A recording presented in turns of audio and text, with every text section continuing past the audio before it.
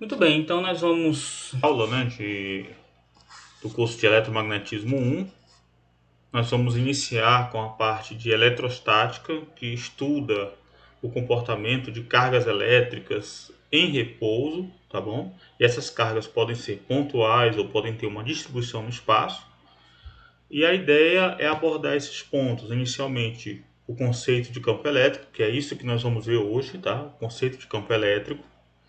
Depois vamos falar sobre o divergente e o rotacional de campos eletrostáticos, descrever as propriedades vetoriais a partir do estudo de considerações sobre o divergente e o rotacional de campos elétricos, estudar um pouquinho, falar um pouquinho sobre o potencial elétrico e também sobre o conceito de trabalho e energia na eletrostática e finalizar essa parte com o estudo dos condutores.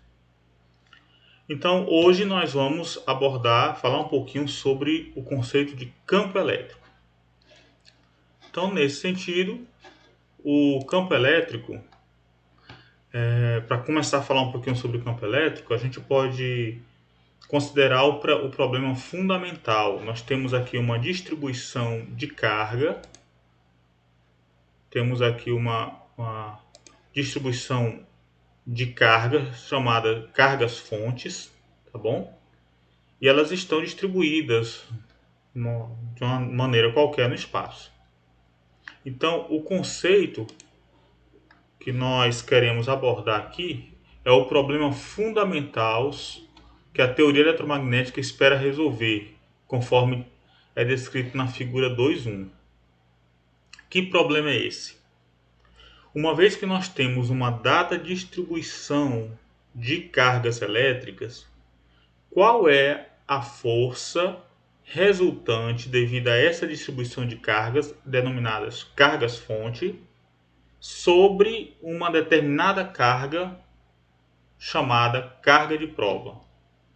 Nós queremos considerar qual é o efeito de eu ter no espaço essas cargas-fontes sobre essa carga de prova Qzão. Então a gente representa, olha, aqui nós estamos representando as cargas-fontes como cargas Q minúsculo, tá bom? Q1, Q2, Q3, Q4, Q5, até a Qésima carga, tá?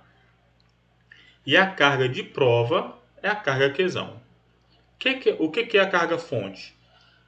Quando a gente estiver considerando, então, o efeito sobre uma determinada carga produzido por outras cargas, essas outras cargas que são fonte do efeito, nós vamos chamá-las de cargas-fontes.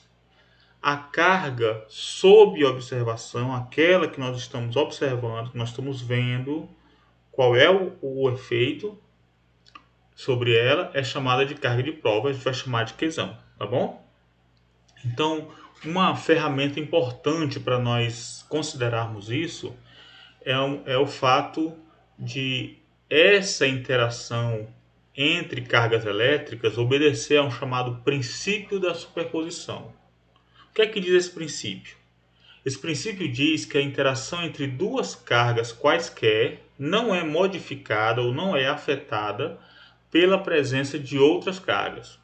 Por exemplo, se eu considerar o efeito de todas essas cargas juntas sobre a carga Qzão, eu não preciso considerar todas elas ao mesmo tempo sobre a carga Qzão. Eu posso analisar primeiro, de modo separado, a carga Q1, Qzinho1 com a carga Qzão, calcular o efeito, depois deixar de lado, eu calculo o efeito, a interação da Q1 com a Qzão, sem me preocupar com a existência das outras cargas fontes. Depois que eu souber disso, eu vou para a carga Q2, somente a carga Q2 e a carga Qzão, sem me preocupar com as outras cargas fontes do sistema. E assim por diante, eu posso analisar de um por um, cada par, Qzinho com a carga Qzão, posso considerar cada par separadamente, e no final, olha só, a força resultante é a soma vetorial das forças individuais. Então, a força resultante sobre a carga Qzão é a força F1 entre a Q1, a Qzinho1 e a Q, com a força F2 da Qzinho2 e a Q, com a força F3 da Q3 e a Qzão e assim por diante. Então isso facilita bastante, porque aí a gente não precisa estar trabalhando com todas as cargas fontes de uma vez só, mas eu posso trabalhar separadamente e depois só somar o resultado no final. É importante lembrar também que essa interação é altamente dependente da distância de separação entre as cargas, carga fonte e a carga de prova. Para isso, nós utilizamos esse vetor R, que é chamado de vetor separação. Então, esse vetor separação é a distância direta, em linha reta, que separa a carga fonte, que nós estamos considerando, com a carga de prova. Tá bom? Portanto, apesar do fato da questão básica, né, ou seja, a questão básica é qual é a força sobre Qzão devido a Qzinho, apesar do fato dessa questão básica ser fácil de ser determinada, um confronto direto não compensa. Como assim? Ao invés de atacar de um por um e depois somar o resultado, embora isso seja verdade, isso facilite bastante a nossa vida, na prática isso não é viável. Então, o que nós vamos fazer nesse conteúdo, nesse nosso estudo, é criar estratégias para resolver o problema da interação entre cargas-fontes, o efeito que essas cargas-fontes produzem nas cargas de prova de interesse, tá bom? Além disso, precisamos levar em conta que essas cargas estão obrigatoriamente em repouso. Então, isso é o que chama o estudo da eletrostática. É o estudo da interação entre cargas elétricas, no qual todas as cargas fontes estão estacionárias. No caso de alguma dessas cargas estiver em movimento, aí nós já passamos para o campo da eletrodinâmica, tá? Por enquanto, vamos nos concentrar no estudo apenas da eletrostática. Muito bem, então a interação, aquela interação que nós conversamos, da interação entre cargas elétricas, entre a carga Qzinho, carga de prova, carga fonte, e a carga Qzão, carga de prova, ela é dada pela chamada lei de Coulomb. A lei de Coulomb é uma equação vetorial que define a força de interação eletrostática entre duas cargas elétricas. Então, como uma grandeza vetorial, a força, como grandeza vetorial, é dada por 1 sobre 4πε0, é uma constante de proporcionalidade, tá? E que serve muito bem para combinar ou para tornar válida, né, dimensionalmente a equação, tá bom? E a gente percebe que essa força de interação ela é diretamente proporcional ao produto das cargas elétricas e inversamente proporcional ao quadrado da distância que separa as cargas. Além disso, essa força aponta na direção de separação das cargas, definida por R chapéu. E essa constante ε0 aqui, o 4π é um número, né? Mas o ε0 tem um nome especial, é uma propriedade interessante do sistema, que é a permissividade elétrica do meio. No caso, vamos considerar por enquanto que nós estamos no vácuo, eliminando muitas das interações de outros meios, outras cargas ou interações, ou a influência do meio material. Então nós vamos considerar que nós estamos no vácuo, não existe nenhuma outra interação a não ser essa interação eletrostática. Então essa permissividade elétrica do espaço, no caso aqui é o vácuo, então esse ε0 vai ser a permissividade do espaço livre.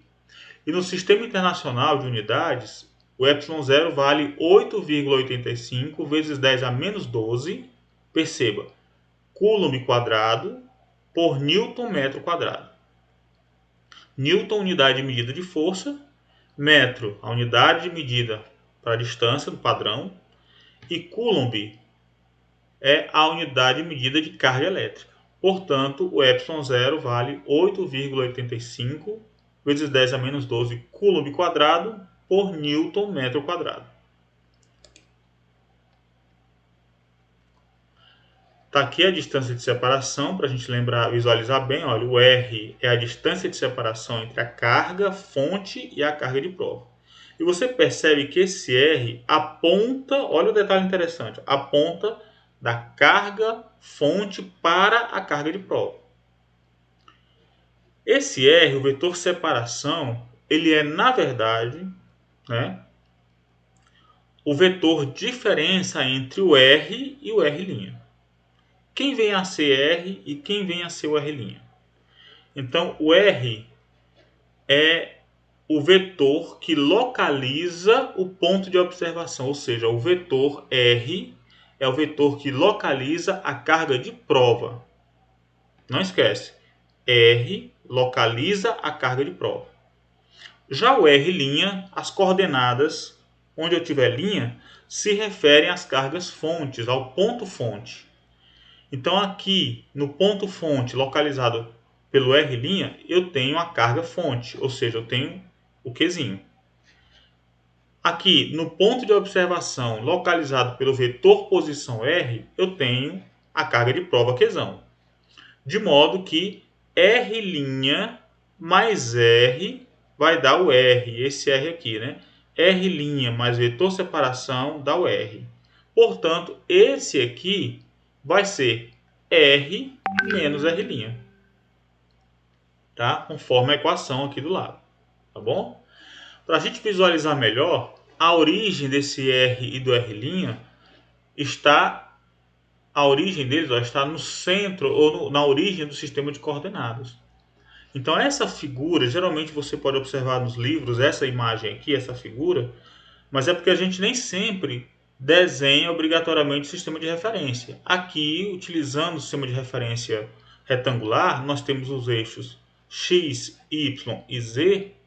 Então a gente sabe que da origem parte o vetor R', que localiza Q, a carga fonte, parte também o vetor R, que localiza a carga de prova no ponto de observação, e o vetor separação, que aponta da carga a carga fonte para a carga de prova, é esse vetor R itálico aqui, né? Esse R aqui, que é R menos R', tá bom? Então sempre vamos guardar essa imagem aqui na nossa mente, viu? Sempre que a gente olhar para essa equação, nós estamos vendo um R, que é o módulo dessa distância aqui, olha. Esse R aqui é o módulo da distância, é o tamanho dessa distância. E esse R chapéu é um vetor unitário, um versor, que aponta nessa direção e nesse sentido, da carga fonte para a carga de prova. Portanto, a lei de Coulomb e o princípio da superposição são ingredientes físicos da eletrostática, importantíssimos, tá? O restante, exceto por algumas propriedades especiais da matéria, é a elaboração matemática dessas regras fundamentais. Então a regra fundamental, que é a base de toda a eletrostática, fundamental é o quê? É a lei de Coulomb e o princípio da superposição. Muito bem, vamos falar um pouquinho, explicar um exemplo dessa equação com um exemplo bem simples. A maioria dos livros didáticos apresentam vários exercícios, vários exemplos, tanto os cursos de eletromagnetismo quanto também os cursos de física 3. Aí você pode consultar os livros de física básica, tá? Eles têm vários exemplos sobre a aplicação da lei de Coulomb. Inclusive, a lei de Coulomb ela é bastante abordada, como esse exemplo 3.3 que nós vamos considerar agora, é bastante abordado nos cursos do ensino médio. Então, só para a gente quebrar o gelo sobre isso daí, olha, sobre esse assunto, a proposta esse aqui é um exemplo 3.3 do livro do Kleber Machado, tá bom? Que é usado também como uma referência bibliográfica para o nosso curso. O exemplo 3.3 diz: calcule a força elétrica entre duas cargas pontuais de valores. Q1 é quem? 5 vezes 10 a menos 6 Coulomb. E Q2 é igual a menos 3 vezes 10 a menos 7 Coulomb, quando separados por 10 centímetros. Então nós temos duas cargas, Q1 e Q2, só que Q1 é positiva e Q2 é negativa. Então se cargas elétricas de mesmo sinal se repelem, cargas elétricas de sinais contrários se atraem. Para determinar o módulo da força é aplicar a lei de Coulomb, mas nós podemos aplicar a lei de Coulomb para calcular o módulo da força, tá? E lembrar no final que essa força é uma força de atração, tá bom? E a distância de separação é 10 centímetros. Então vamos lá. Aqui a resolução é simples e direta. Aqui a gente pode fazer, como a força é 1 sobre 4πε0, Qzão, R ao quadrado, R chapéu. Então, aplicando no nosso problema, nós vamos ter que F é atrativa, a força é atrativa, já que os sinais das cargas são opostos. Então, em módulo, nós temos quem? 1 sobre 4πε0, módulo de Q1, módulo de Q2, R ao quadrado. Perceba que nós tiramos aqui a notação vetorial e o R chapéu aqui. Nós estamos calculando o módulo, tá bom? Não vai fazer diferença porque a gente vai sempre lembrar que como elas são sinais contrários, então a força é atrativa, tá bom? Bem, isso aqui, essa constante pode ser trocada por 9 vezes 10 a 9 na unidade do SI, tá?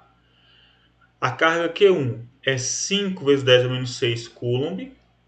A carga Q2 é 3 vezes 10 a menos 7 Coulomb. Perceba que eu tirei o sinal de menos, porque nós estamos calculando aqui o módulo da força, então aplica-se o módulo das cargas também. E a distância ao quadrado é 10 centímetros. 10 centímetros é 10 a menos 1 do metro. Ao quadrado fica 10 elevado a menos 1 elevado ao quadrado. Fica 10 elevado a menos 2. Bem, simplificando essas equações aqui, resultado simples, tranquilo. A força é de 1,35 newtons. Tá bom? Então é uma força em que as cargas estão se atraindo estão se atraindo uma mutuamente, né? A força na carga Q1 e a força na carga Q2 produzida pela outra carga é 1,35 newtons. Bem, para a gente visualizar um pouquinho mais sobre a interação eletrostática, a gente pode dar atenção a esse vídeo que nós vamos acompanhar agora. Bem, para a gente entender um pouquinho mais sobre a lei de Coulomb, né, vamos utilizar esse aplicativo FET para tentar enxergar como o valor da força de interação entre as cargas elétricas de sinais contrários do mesmo sinal, né, não vai fazer diferença, a menos do sentido da força aplicada, se vai ser de repulsão ou de atração. Então, como é que essa força dada pela lei de Coulomb, a interação elétrica entre cargas elétricas, depende tanto do valor da carga quanto do valor da distância de separação entre elas. Então vamos imaginar que inicialmente, olha, nós vamos voltar aqui o nosso sistema para o início, eu vou colocar aqui carga zero e carga zero. Então a gente percebe que o valor das cargas é nulo, então elas estão separadas por uma distância, eu vou colocar aqui uma distância de 10, uma está no 40, outra está no 50, a distância de 10 picômetros, tá bom? Cada picômetro equivale a 10 a menos 12 do metro. Muito bem, então se eu aumentar a carga Q1, a da esquerda, a carga Q1 para o valor de 1 ou seja, o valor de uma carga elétrica fundamental, a gente percebe que não temos força nenhuma de interação. Isto porque a carga 2 é zero. Então, uma carga sozinha não produz força, produz campo elétrico, mas não produz força, né? Muito bem. Mas o que dizer se eu colocar também a carga Q2 no valor de 1? Então, a gente percebe que as duas sendo positivas, vai aparecer uma força de repulsão em ambas as cargas de valor 2,31 vezes 10 a menos 6 newtons. Tá? É uma força de repulsão e elas são iguais.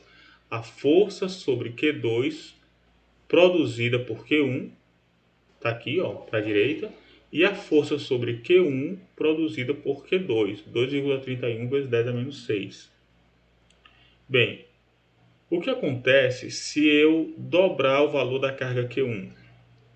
Lembrando da expressão da lei de Coulomb, a força de interação eletrostática entre cargas Q1 e Q2, cargas elétricas, é 1 sobre 4πy0, depende do meio, 1 sobre 4πy0, que multiplica Q1 vezes Q2, dividido pelo quadrado da distância, dividido por R ao quadrado.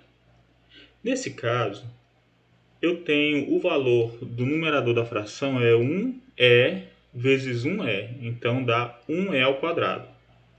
Agora, se eu dobrar o valor da carga, Q1, por exemplo, eu vou ter 2E vezes 1E. Então, eu vou ter 2E ao quadrado, ou seja, dobrando o valor da carga Q1, por exemplo, e mantendo Q2 constante, eu vou dobrar o valor da força. Então, se eu tenho 2,31, dobrando, eu vou ter 4,61. Né? Você poderia esperar 4,62, mas é porque aquele número de 2,31 deve ser 2,305, né? Tá bom? Ele arredonda para duas casas decimais. Então, agora, aumentando para 3, olha, eu vou ter o valor total 3E vezes 1E vai dar 3E ao quadrado. Então, vai dar 3 vezes o valor inicial, de 2,31 para 6,9, né? E à medida que eu vou aumentando, esse experimento mostra que a interação eletrostática é diretamente proporcional ao produto das cargas elétricas, tá? Agora eu vou fazer o seguinte, eu vou voltar para o 1, para servir de base, de referência, 12,31, e ao invés de 10 picômetros, eu vou aumentar para 20 picômetros, então o valor é 2,31. Se eu dobrar o valor da distância, eu vou ter que o valor inicial agora foi dividido por 2 ao quadrado dividido por 4. Então, ao invés de 2,31 vezes 10 a menos 6 dividido por 4, né, eu vou ter aqui um valor de 5,77 vezes 10 a menos 7. Tá? E agora, por 3 agora, de 1, 10 picômetros, 20 picômetros e 30 picômetros, eu dividi por 3. O valor foi dividido agora por 9. Tá? E assim por diante. Então, dessa maneira, nesse experimento simples, a gente pode, ver a variação, tá? A variação da força de interação eletrostática em função da distância e em função, tá, do valor da carga elétrica. A mesma coisa se eu trocar o sinal, né, das cargas. A carga elétrica Q1 agora é negativa e a carga Q2 é positiva. Então agora a relação de atração, o funcionamento ou a dependência é a mesma, tá bom? Só muda o sentido da força.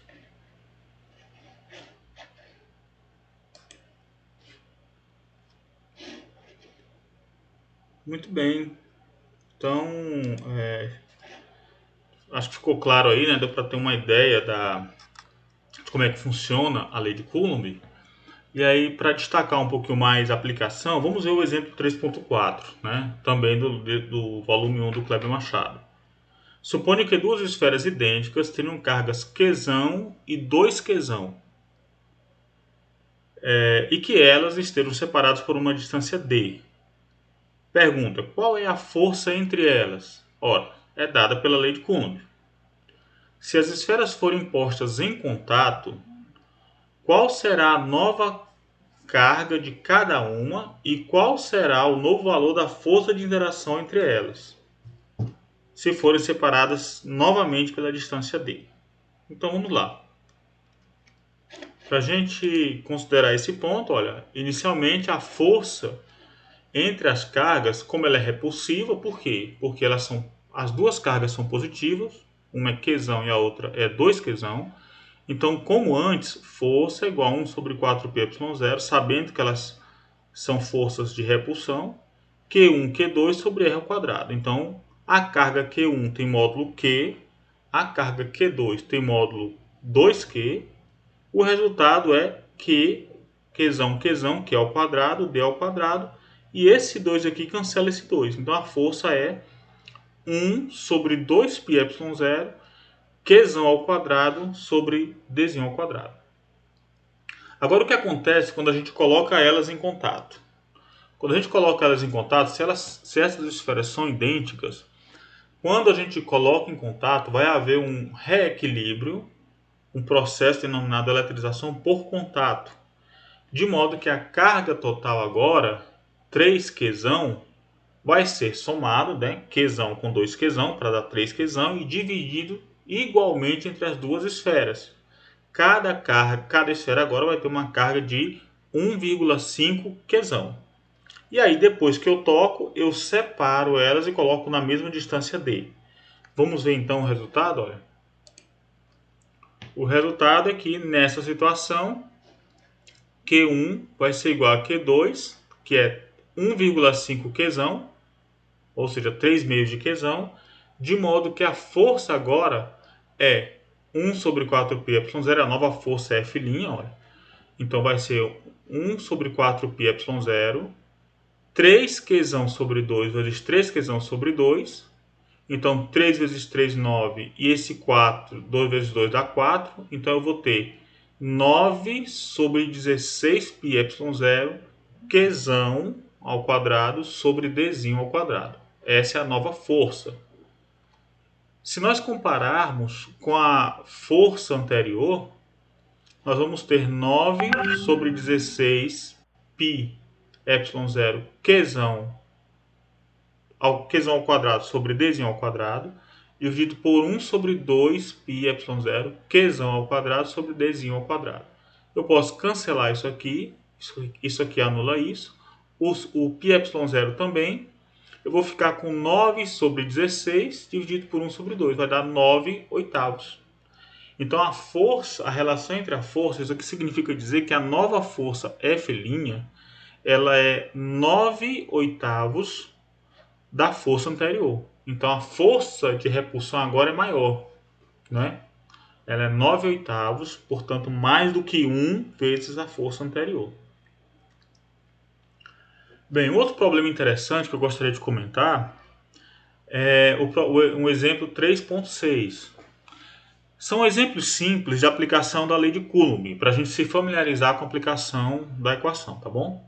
Considere duas cargas Qzão fixas no eixo X. Então aqui a gente tem no eixo Y e duas cargas Qzão fixas no eixo X. O eixo X está aqui na horizontal, tá?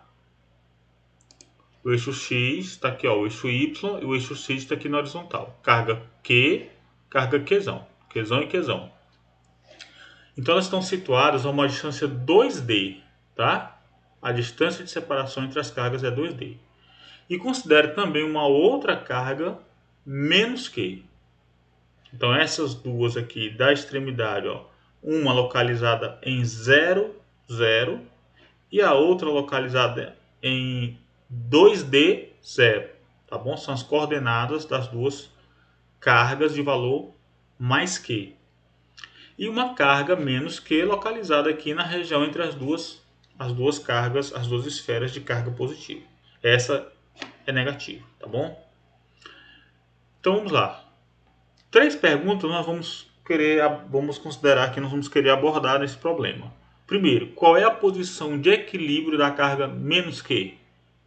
Segundo, este ponto, ou seja, o ponto de equilíbrio na direção X é um ponto de equilíbrio estável? E terceiro, considere que a carga menos Q seja deslocada a uma distância Y na direção Yzão na direção Y, conforme a figura que nós estamos até observando aqui, tá bom? Nessa direção, o equilíbrio também é instável? Então, vamos considerar então esses 3 pontos, tá? Bem, vamos lá. Primeiro, qual é a posição de equilíbrio? Ora, a posição de equilíbrio é aquela na qual a força de interação com a carga com a esfera da esquerda mais a força de interação com a esfera da direita dá 0. Por quê? Porque a força resultante sobre a esfera central, a esfera do meio aqui, a força tem que ser 0 para ter equilíbrio. A resultante tem que ser 0. Então, aplicando, nós vamos ter a força F1 e a força F2, elas têm sentidos contrários. Por quê? Porque a carga da esquerda é positiva, aplica uma força de atração, né, para a esquerda. A carga da direita, também positiva, aplica uma força de atração para a direita. Então elas têm, as forças F1 e F2 têm sentidos contrários. Aqui vamos considerar essa esfera estando aqui, ó, no eixo X, sobre o eixo X, tá? E numa determinada posição, determinada direção. Pode ser aqui em qualquer lugar entre 0 e 2D, tá bom? Então essa esfera está no eixo X em qualquer lugar entre 0 e 2D. Não é razoável a gente supor que ela vai estar aqui no lado esquerdo ou no lado direito, no lado negativo, no segmento negativo do eixo X, e nem nas distâncias positivas de X maior do que 2D. Então essa esfera, essa carga negativa menos Q, está entre 0 e 2D, tá? Mas sobre o eixo X, tá bom? Então se a gente pega isso, olha, se a gente tem isso como premissa, F1 é menos 1 sobre 4πε0 Q ao quadrado, x ao quadrado. X é a distância entre a carga, o zero, e a posição da esfera. E 1 sobre 4πε0, Qzão 2D, dividido pela distância entre a carga da direita e a nossa esfera negativa, que é 2D menos o x. Tudo isso ao quadrado. Você consegue enxergar isso? Então vamos considerar, e digamos que a carga essa esfera esteja colocada aqui. Essa distância eu vou chamar de x, tá certo? X é essa distância aqui, ó. Essa distância. Então a força de interação entre essa e essa esfera, ela é 1 sobre 4πε0 Qzão ao quadrado, Qzão e Qzão, tá bom? Essa daqui, ó, é uma carga, essa aqui é uma carga negativa, tá bom? Qzão e Qzão, que é ao quadrado, x ao quadrado, tá bom? A distância de separação. Agora, a interação entre essa esfera e essa daqui, olha, depende dessa distância. Tá certo? Depende dessa distância. Quanto vale essa distância? Se tudo isso aqui é 2D e isso aqui é x,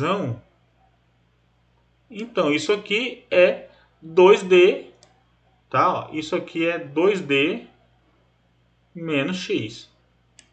Tá certo? Deu para você entender?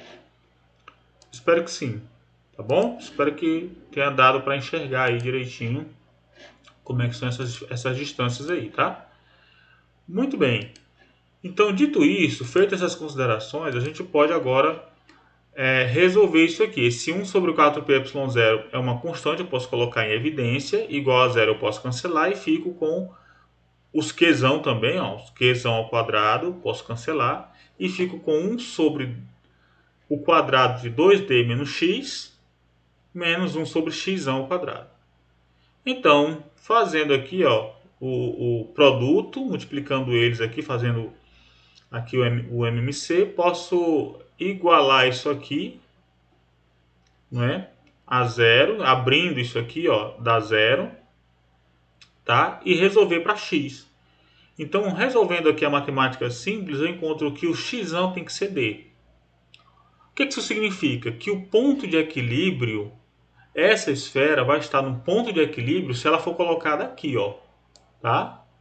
Se ela for colocada aqui. Então, vamos marcar a posição dela, olha, ela tem que ser colocada aqui para ter um ponto de equilíbrio, tá? Aí ela vai estar na posição de equilíbrio, tá certo?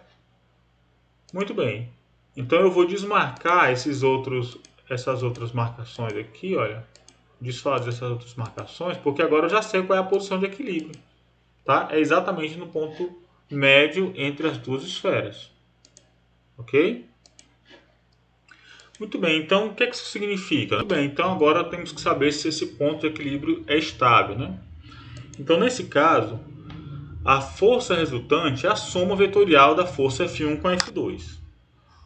Então, lembrando que a constante eletrostática é 1 sobre 4πε0 nós vemos que a força resultante ela é menos K, trocamos 1 sobre 4πε0 por K, a força na direção do eixo X, ó, o bichapéu, com a outra força na direção do eixo X, né, devido às duas cargas, tanto da direita quanto da esquerda, tá bom?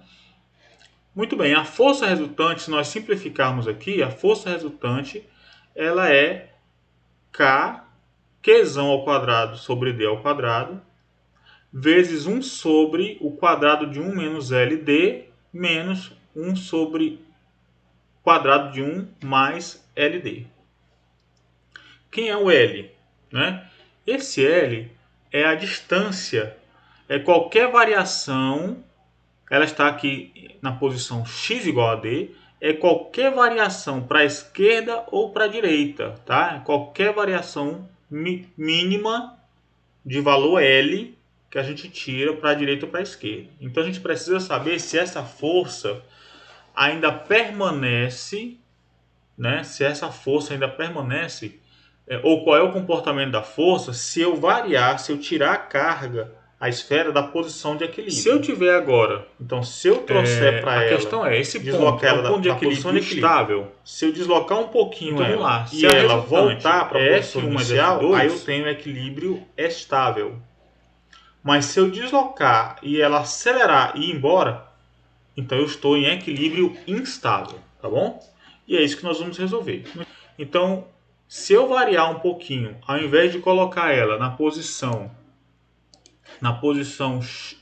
x igual a L, eu colocar ela aqui, por exemplo, ó, então uma das forças eu vou ter o valor D menos L, a distância agora, e a outra vai ser D mais L, tá? Muito bem. Então, simplificando, olha, a fração L sobre D ela é muito pequena. Lembra que a gente vai tirar a carga, ela está na posição de equilíbrio, a esfera está na posição de equilíbrio, e eu vou deslocar ela um pouquinho e ver o que acontece. Se eu deslocar ela um pouquinho e ela voltar para a posição, é um equilíbrio estável. Mas se eu deslocar ela e ela ir embora, é um equilíbrio instável. Então eu posso expressar 1 sobre o quadrado de 1 menos L sobre D como 1 mais 2LD, e 1 sobre o quadrado de 1 mais L sobre D como 1 menos 2LD. Como eu chego nesses resultados? A partir da expansão em série de Taylor. A gente vê lá no cálculo, tá bom? Muito bem, então eu posso trocar, olha só, eu posso trocar isso aqui por isso, e posso trocar isso por isso aqui, tá bom? Na realidade, um detalhe é que essa igualdade aqui deveria ser aproximado, né? Aqui é uma aproximação, não é que isso aqui é exatamente igual, é uma aproximação, tá? Mas tudo bem, para o nosso propósito está valendo. Então eu vou trocar essa fração por isso e vou trocar essa fração por isso aqui, tá? Por tudo isso. De modo que o R é dado, olha, eu troquei e aí eu posso simplificar esse carinha aqui, ó, mais 2L sobre D, menos com menos dá mais, e esse 1, bem aqui, ó, menos com mais dá menos, esse 1 cancela esse 1 e eu fico com 2L sobre D mais 2L sobre D, eu fico com 4L sobre D. Então, a resultante é que a força ela não é zero, né? Se eu deslocar ela de uma distância, eu vou ter uma força sobre a carga de 4K Q2 sobre D ao quadrado, ou 4K Q2 vezes L sobre D ao cubo, apontando numa direção, na direção do eixo X. Então o que você entende disso? Se eu colocar essa esfera na posição x igual a d, ela vai ficar quietinha lá. Mas se eu deslocar ela um pouquinho, vai aparecer uma força na direção do eixo x, acelerando ela, tá? Portanto, esse equilíbrio ele não é de modo algum estável, é um equilíbrio instável, tá bom? Então, a pergunta é: esse equilíbrio é estável? Não, a resposta é não. Se fosse para ser um equilíbrio estável, deveria aparecer um sinal de menos aqui, ó, tá bom? Então, se eu deslocar ele na direção X, vai haver uma força contrária, trazendo ele para a posição de equilíbrio, tá? Se eu deslocasse para a direção menos X, haveria uma força em sentido contrário, levando ele para a posição de equilíbrio de novo. Mas nesse caso não, desloquei na direção X positivo um pouquinho, apareceu uma força acelerando, empurrando ainda mais essa carga para longe. Muito bem, o outro ponto é, e se eu deslocar ela não na direção X, mas se eu deslocar ela na direção Y? Agora a gente não está mais com ela aqui, mas eu trouxe ela daqui para cá, ó, a uma distância Y. A pergunta é, nessa direção o equilíbrio ainda é instável? Ora, de novo, vamos aplicar, né, a resultante na direção Y como sendo a força 1 na direção Y mais a força 2 na direção Y. Então, fazendo aí as análises, a nova distância agora é D2 mais Y2 raiz quadrada, porque agora essa distância é a distância de interação entre elas, olha. Então é dada pelo teorema de Pitágoras, isso aqui é D, Dzinho, isso aqui é Y. Então essa distância é quem? Raiz quadrada de Dzinho ao quadrado mais Y ao quadrado. Então, substituindo, olha, temos que o Fy é a componente da força na direção Y, tá?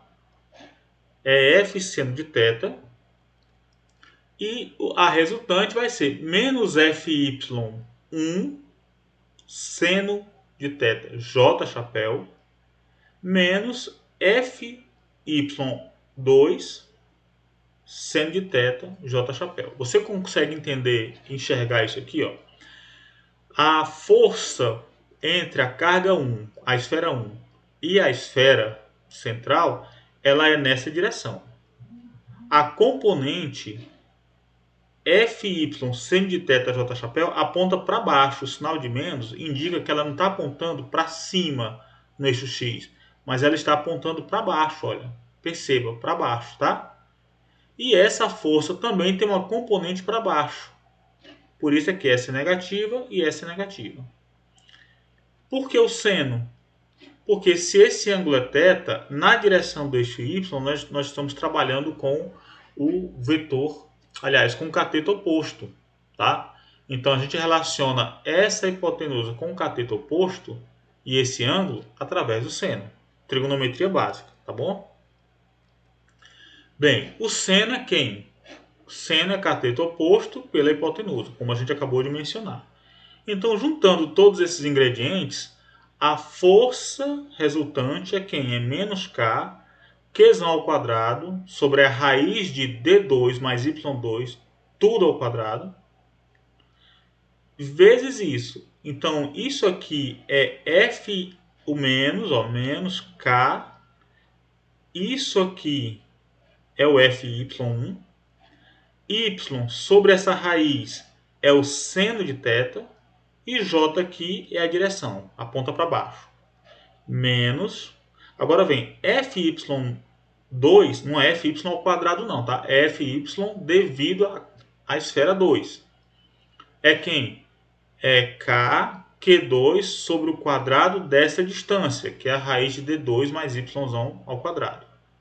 Vezes o seno de θ. Quem é o seno de θ? Y sobre a raiz de D2 mais Y2. Então, simplificando, nós vamos ter o quê? Menos 2K, Qzão ao quadrado, Y sobre 3 meios de D2 mais Y2. Bem, a gente simplifica as contas. Aqui dentro, olha, dentro dessa raiz, dessa potência de 3 meios aqui, essa raiz cúbica, nós podemos colocar o Y, aliás, o d ao quadrado em evidência. Colocando o d ao quadrado em evidência, nós vamos ter 1 mais y ao quadrado sobre d ao quadrado. Esse d ao quadrado eu posso tirar da raiz, vai ficar d elevado a 3, que multiplica 1 mais y sobre d, 3 meios. Bem, resumindo, simplificando, nós temos que a resultante vai ser 2 menos 2k Q2YD3, 1 sobre raiz cúbica de 1 mais Y sobre D. Tá? Utilizando ainda a mesma expansão em Taylor que a gente fez no exemplo anterior, a gente pode trocar essa fração, né, 1 sobre raiz cúbica de... aliás, o cubo dessa raiz quadrada aqui, né, de 1 mais y sobre d com 1 menos 3 meios de yd. A expressão, simplificando a expressão, nós vamos ter uma resultante, olha, tanto na direção, tanto para cima, olha, uma parte para baixo em menos j, quanto uma parte para cima, né? Simplificando, nós vamos ter uma força resultante na direção de menos j, dado por 2k Qzão ao quadrado sobre d ao quadrado, yd. O que é que isso significa? Bem, vamos interpretar o resultado agora. Significa que se essa esfera negativa está no eixo x, mas no centro aqui da distância de separação, então ela está no equilíbrio. Mas se eu deslocar ela no eixo x, ela vai embora. Ela não volta para a posição de equilíbrio. Portanto, é um equilíbrio instável no eixo x. Mas se ela está aqui em x igual a d e eu desloco ela para cima, vai surgir uma força puxando ela para baixo, na direção de menos j, trazendo ela para baixo. E se eu deslocar ela na direção de menos y, ao invés de levar para cima, trazer para baixo, na direção de menos y, anula esse menos, a resultante é uma força para cima. Você entende que se eu estou lá na posição de equilíbrio, na posição D0 significa x igual a d e y igual a zero. Aqui nesse ponto, tá? Deslocando, qualquer deslocamento na direção x, ela vai embora. Ela não volta mais. Mas, se eu deslocar na direção y, ela automaticamente é trazida de volta para a posição y igual a zero. Portanto, o que é que nós podemos concluir? Que nesse caso... Então, portanto, o que é que nós podemos concluir? Que nesse caso, nós temos agora uma situação de equilíbrio estável.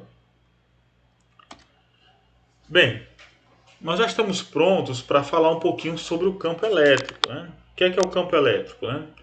Consideremos então a situação onde eu tenho várias cargas-fonte e um ponto de observação que estão separados pelo vetor R. Esse aqui é o vetor R de separação.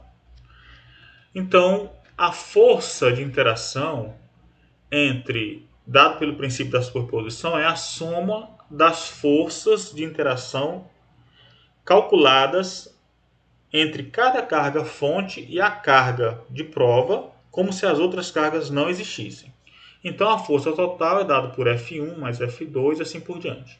Então, ela é 1 sobre 4πε0, Q1, Qzão, né, a parte aqui da carga da interação entre Qzinho1 e Qzão, e Qzinho2 e Qzão, e assim por diante. Tá? E eu posso simplificar isso colocando Qzão em evidência, juntamente com 1 sobre 4πε0.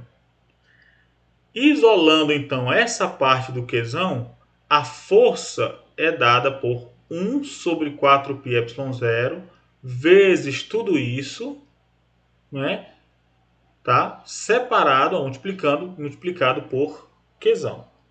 Então, eu selecionei esse termo. Tá?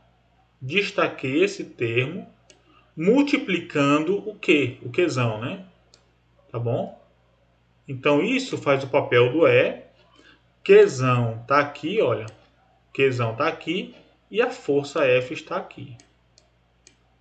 Logo, nós definimos o campo elétrico como sendo 1 sobre 4πε0 vezes a somatória, perceba, de cada uma das cargas fonte dividido pelo quadrado da distância delas até a carga de prova numa determinada direção. Então, o campo elétrico é uma grandeza vetorial, tá bom?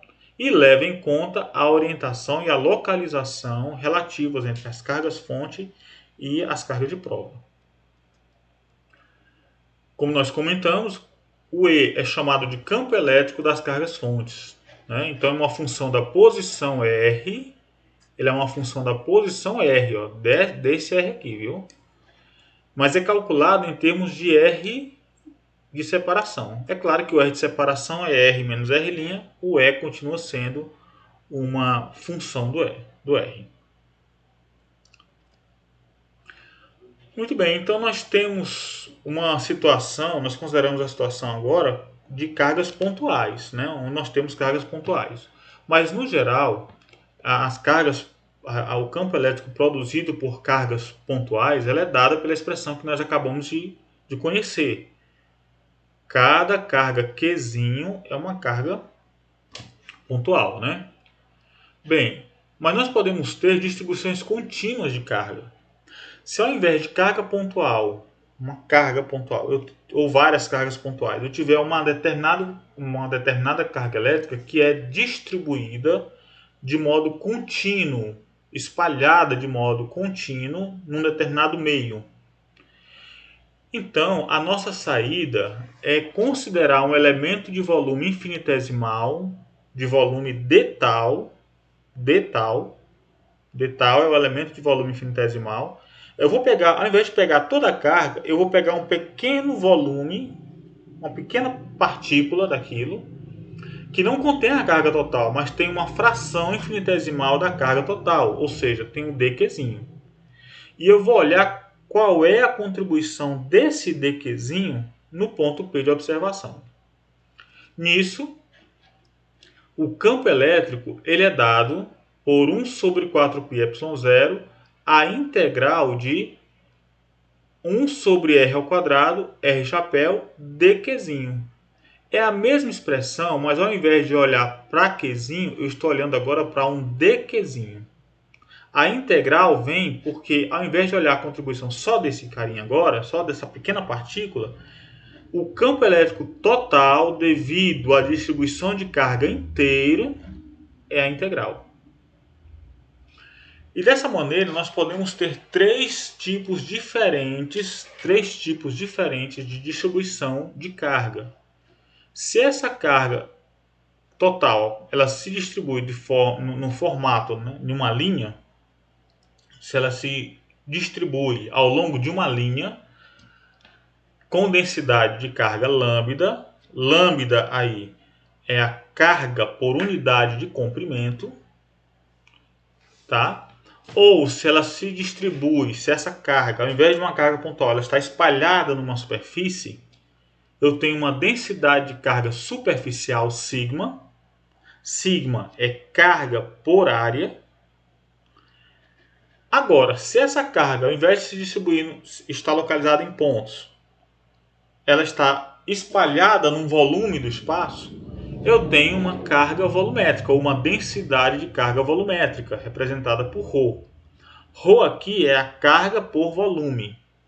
Volume a gente não vai representar aqui com V, né? Com volume, vamos representar vezes. Em alguns momentos a gente vai falar de volume como representado pela letra V, mas como isso também é utilizado numa outra grandeza de interesse nosso, que é o potencial elétrico, aqui a gente vai usar o tal para representar um elemento infinitesimal de volume, d tal, tá bom? Então eu posso trocar esse Q, esse dQzinho aqui pode ser lambda dL, pode ser sigma dA, ou pode ser ρ d tal. De novo, esse dQ pode ser lambda vezes dL', esse dQ pode ser sigma vezes dA', ou esse dQ pode ser ρ vezes d tal'. Então, a carga, o dQ, ele pode aparecer, ele pode surgir, pode se apresentar com três caras diferentes, tá bom? Lambda dl', sigma dA' ou ρ de tal linha. De modo que, substituindo aqui, podemos ter o campo elétrico de uma distribuição linear de carga elétrica, o campo elétrico de uma distribuição superficial de carga elétrica e, no caso mais geral, o campo elétrico de uma distribuição volumétrica de carga elétrica. Tá? Então nós vamos, na prática, ao invés de sair somando todas essas infinitas contribuições por essa expressão, nós vamos utilizar essa expressão. Nós vamos utilizar essa expressão ao invés dessa. Tá bom? Bem, vamos considerar como exemplo, né, um exemplo de aplicação daquela equação para sistemas com distribuição linear. Aqui é o exemplo 2.1 do livro texto, olha, o livro que nós utilizamos, que é o Griffiths, tá bom? A versão em português, todos, acredito que a maioria dos colegas devem ter essa versão. Então o exemplo 2.1 diz: encontre o campo elétrico que está a uma distância z acima do ponto central, de um segmento de linha reta de comprimento 2L, tá vendo? O esqueminha aqui mostra 2L, que tem uma densidade linear de carga uniforme lambda. Tá aqui a figura 2.6. Então, olha, a solução é clara, né? Vocês podem acompanhar isso no livro. Eu vou descrever a resolução para a gente poder entender como é que funciona a aplicação da equação, tá? Então vamos lá. Aqui ele diz o seguinte, ó, é aconselhável cortar a linha em pares colocados simetricamente. Eu vou seccionar, colocar o meu sistema de coordenadas, o eixo x ao longo da linha e o eixo z aqui, ó, na vertical, tá bom? Então, de 0 até essa extremidade, como o comprimento é 2L, o meu segmento de carga vai de menos L a mais L. O comprimento total é 2L. Então, ele vai de menos a mais x. Tá? Aí diz, já que assim as componentes horizontais dos dois campos se cancelam e o campo líquido é apenas na direção do eixo z. Então vamos lá, se eu pegar um segmento DL aqui, ou DX aqui, olha, ele, como é positivo, ele vai produzir um campo elétrico de repulsão, ou de afastamento. Esse segmento simétrico também vai produzir esse campo, nessa direção. A componente na direção do eixo X vai anular a componente da outra contribuição, de modo que na direção do eixo X a resultante é zero, eles se cancelam. Vai restar apenas a contribuição de cada um dos segmentos na direção do eixo Z. Então, DE, a contribuição desse elemento aqui, ó, é 2 desse elemento e desse, ó, vai ser 2, 1 sobre 4πy0, lambda dx sobre r ao quadrado, cosseno de θ. Cosseno de θ porque eu estou projetando esse vetorzinho aqui, ó, na direção do eixo z, tá bom? Cosseno de θ dz. Essa é a contribuição tanto desse segmento quanto desse. Esse contribui com uma componente aqui, ó, esse e esse também. Então o resultado é 2 vezes a contribuição de um deles individualmente, tá bom? Muito bem. Então, como cosseno de θ é z sobre r, concorda? Cosseno de θ é z sobre r. Se isso aqui é θ, esse ângulo bem aqui, olha, esse ângulo também é θ. Cosseno de θ vai ser o cateto adjacente pela hipotenusa. Isso aqui é R e isso aqui é Z. Lembre-se que o ponto está à distância Z da linha de carga. E o R, essa distância, e essa, né, é a raiz quadrada de Z ao quadrado sobre X ao quadrado. E o X na integração aqui vai de 0 até L. Eu já botei o 2 aqui, né? Já tenho 2, eu não preciso calcular de menos L a mais L, tá bom? Então vai ser O campo elétrico vai ser 1 sobre 4πε0, a integral de 0 a L de 2 lambda z sobre z2 mais x ao quadrado, tudo elevado a 3 meios dx, tá bom? Peguei esse r ao quadrado, que é isso, ó, e o cosseno, que é isso daqui, tá? E aí, resolvendo a integral de 0 a L, a gente se encontra 1 sobre 4πε0, 2 lambda L sobre z raiz quadrada de z ao quadrado mais L2, que aponta para cima, na direção de z. Tá certo? Então, a gente consegue resolver a integração aí, né? E aplicando os limites, a gente encontra que esse campo depende da direção L, do Lzão, olha só. À medida que eu me aproximo, né? O que acontece quando eu me aproximo do bastão, né? Ou me afasto, tá bom? Então isso aqui só serve para deslocamentos ao longo do eixo Z, tá bom? Se eu vier para cá, para o lado, aí já não serve mais, tá? Isso aqui é um caso simples, mas só vale para o eixo, para deslocamentos acima do eixo Z. Muito bem, então um exemplo 4.1, um exemplo também do Kleber Machado, que ele diz o seguinte: ó, considere uma carga elétrica situada na origem. Uma carga elétrica situada na origem. Então, outro exemplo também para ilustrar, ó, qual é o campo elétrico gerado por essa carga? Nós vamos colocar uma carga elétrica na origem e qual é o campo elétrico produzido no espaço, tá? Então, olha, quando a carga está na origem, o R' que localiza a carga é igual a zero, concorda? Então, o campo elétrico fica sendo Q sobre Qzão aqui é a carga fonte, dividido por 4πε0, R versor, né, sobre R ao quadrado. Esse R aqui, por R ao cubo, eu posso dividir R por um desse R aqui, por um módulo dele, vai ficar o R versor.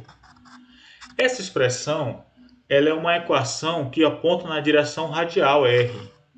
E esse problema aqui é interessante para a gente entender como é o campo elétrico no espaço devido a uma carga pontual. Tá?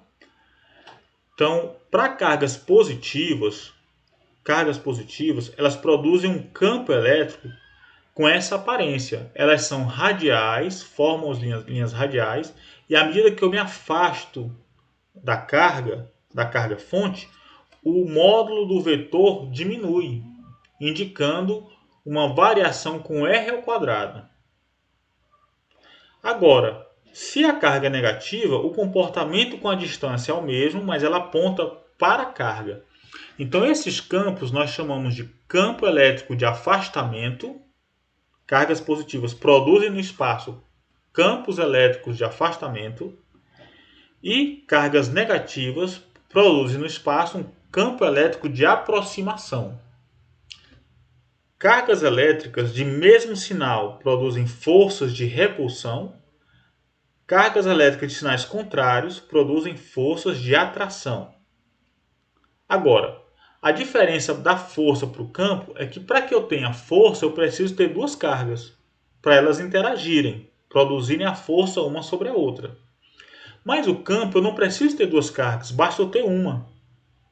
Então, uma carga já produz no espaço um campo. O que é o campo elétrico, então? O campo elétrico é a região do espaço que é influenciada pela presença de uma carga elétrica.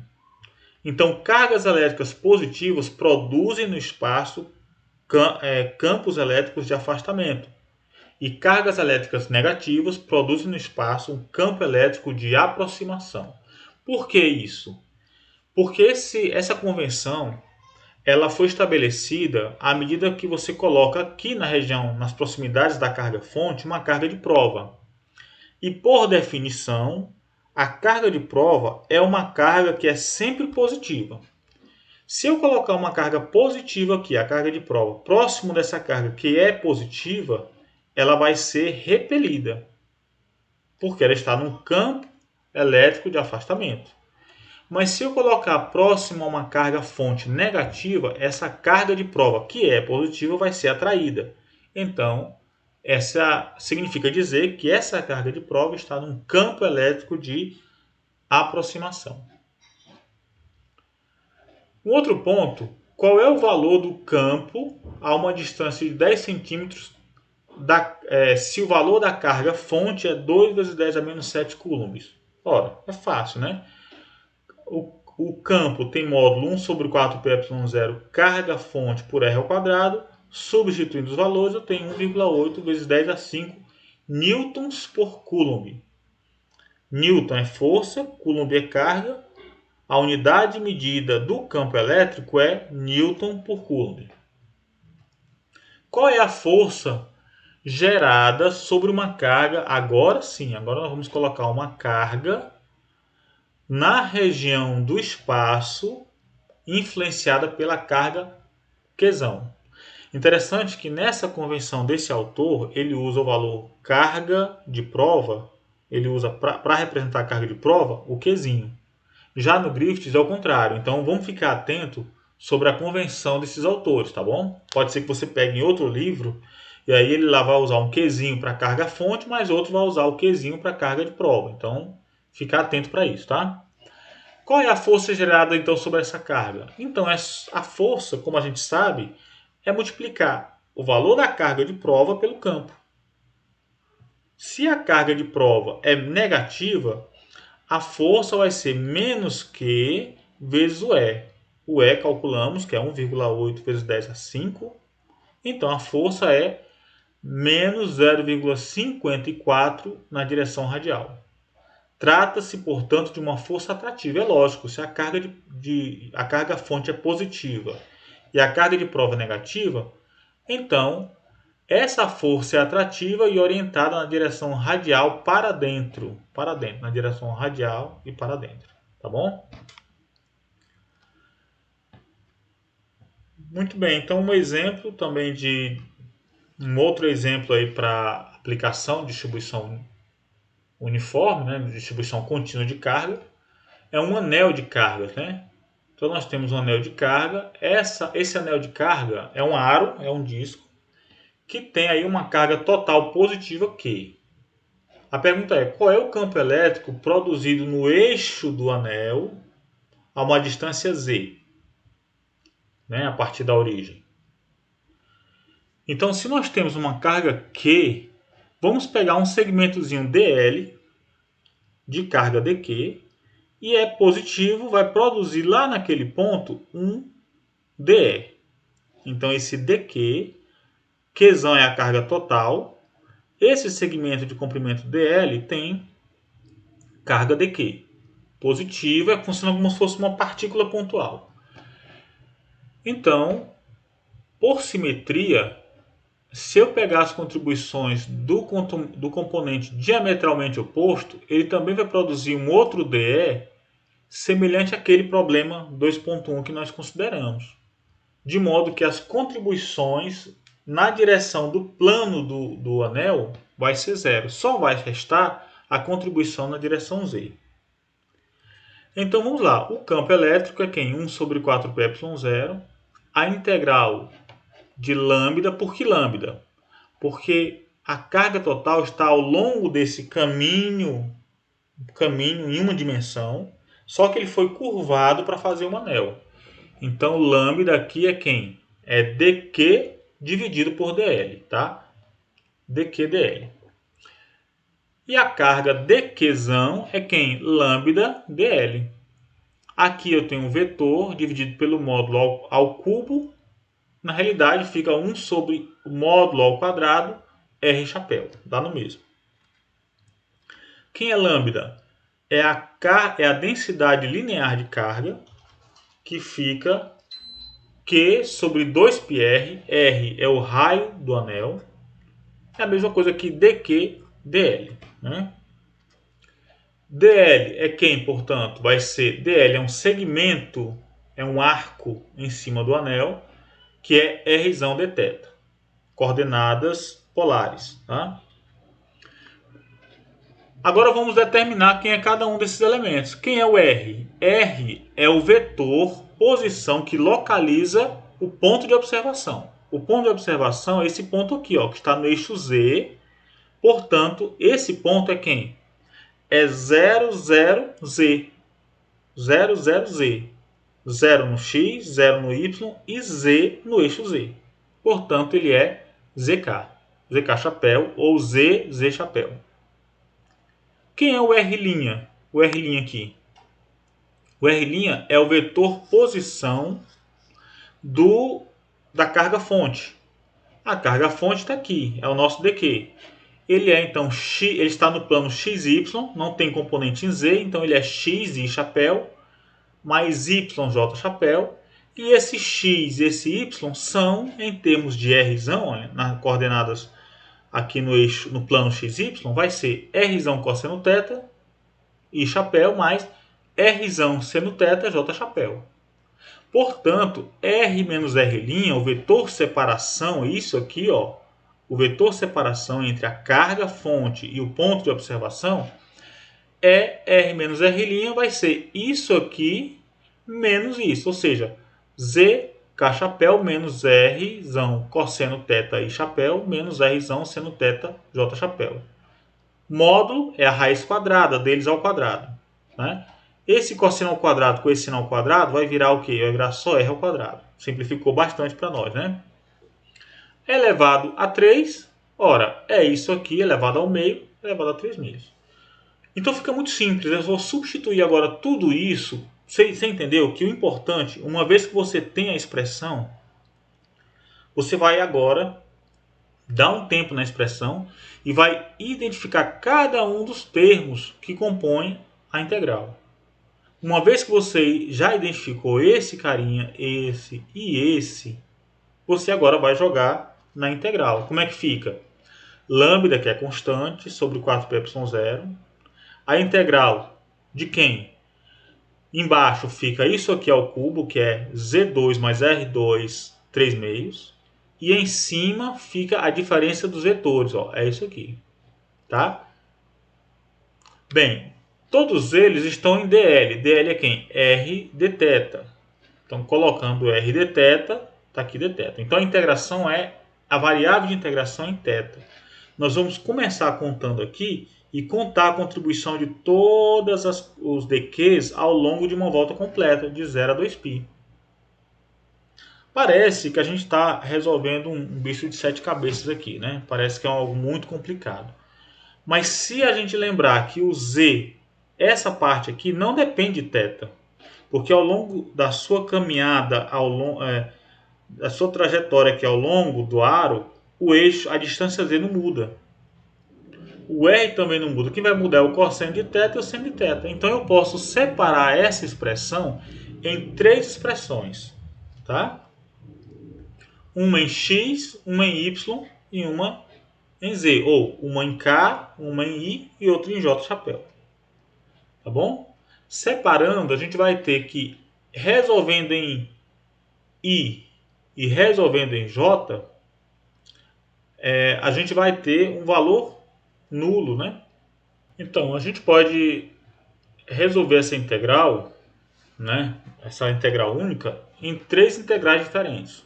Uma em K chapéu na direção Z, em I chapéu na direção X e em J chapéu na direção Y. Então, por questão de simetria, como nós já mencionamos, as componentes na direção X e Y, no plano da espira, no plano do anel, deve se anular mutuamente, porque a componente de um segmento vai anular aquele diametralmente oposto. Então, só deve sobrar a componente em Z. Então, vamos resolver primeiro a questão em Z. A questão em Z é isso, né? Lambda sobre 4πε0, a integral em ZK chapéu sobre Z2 mais R2 elevado a 3 meios R dθ. Essa parte aqui eu tirei, tá bom? Depois eu resolvo só com isso, depois só com isso. Uma em X e outra em Y. Bem, resolvendo. Nesse caso, Durante a integração, nem Z e nem R dependem de θ.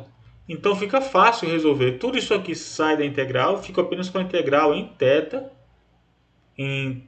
que 0 a 2π, que resulta em lambda sobre 2ε0 zr sobre Z2 sobre R2, Z2 mais R2 elevado a 3 meios na direção de Z chapéu. Então aqui a resolução é muito simples, aqui é tranquilo. Por quê? Porque durante a integração em θ, o R é constante e o Z é constante. Tudo isso aqui é constante. Então pode sair da integral e eu fico só com a integração em θ. Pronto, é fácil de resolver. Mas se esse lambda, né? Esse lambda aqui, eu posso colocar em termos de Q sobre 2πr, eu fico com essa expressão final, sem problema. Muito bem, agora o que dizer com relação às outras componentes? Em x é pegar aquele outro segmento, r cosseno de θ. Resolvendo agora em cosseno, tudo aqui é constante na integração em θ, só o cosseno vai ficar na integral. Só que a integral de 0 a 2π de cosseno dá zero. Né? A integral vai dar seno de 0 a 2π, vai ser o seno de 2π menos seno de 0, que vai dar zero. E na direção y, eu tenho seno. Tudo aqui é constante, sai da integral, fico apenas com seno dentro da integral. A integral do seno vai dar o cosseno de 0 a 2π, como é um intervalo simétrico, vai dar zero também. Então é muito simples, ficou fácil. Para nós, a única componente diferente de zero é a componente na direção z. Então, o campo elétrico produzido por um anel carregado na direção do eixo z aponta somente na direção z. Não tem componentes no plano da espira. Tá? E o resultado é 1 sobre 4πε0, carga total do anel, vezes z, a distância do centro do anel até o ponto de observação, dividido por Z2 mais o raio do anel elevado a 3 meios. Se eu trouxer esse ponto para o centro, o que acontece? Campo elétrico é zero. Tá? O que é razoável, porque faz sentido, combina, né, ou está de acordo com a contribuição. Enfim, as referências utilizadas, né? Então você pode utilizar aqui o livro do Griffiths ou Kleber Machado, e para alguma revisão matemática você pode utilizar também os livros de física matemática. Bom? Bons estudos!